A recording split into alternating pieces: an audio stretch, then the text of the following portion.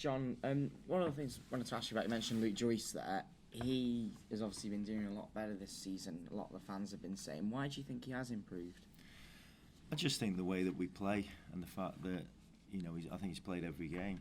So he knows, pretty much certain that he's going to play. So that gives him confidence.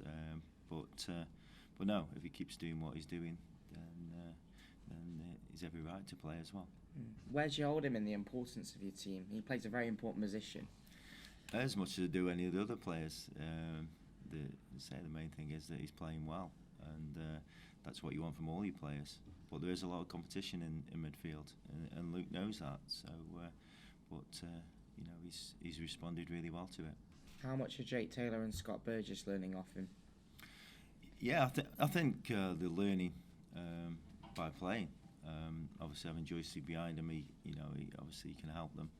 But I think the main thing for them too is that they're starting to play regular, and that's how you improve. Sink or swim, really. At left back as well, obviously George just mentioned Christian Montano coming off. As a manager, was that a bit of a worry at the time? Is that something where you think, well, with Adam being out, that could be an area we might be a little bit short on?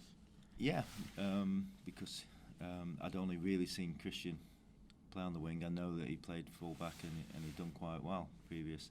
And when we put the squad together, that was one of the thoughts that if Adam wasn't playing particularly well or he got injured, then Monty could slot in there, and he's responded really well. And I would say that he's looked better at left back than when he was playing left wing at the start of the season.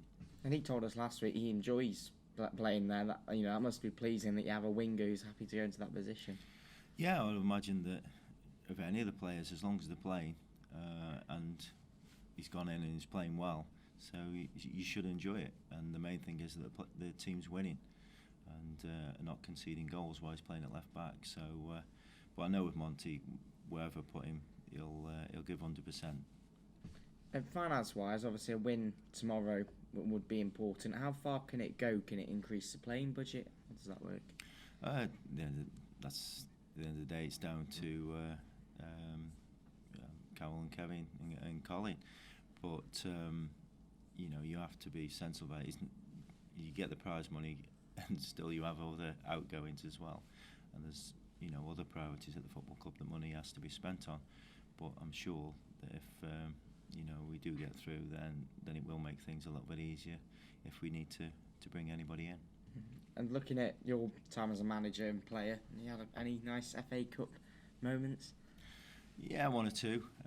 Nothing to shout about. I think probably the furthest I got was when we played Port Vale here in the third round. So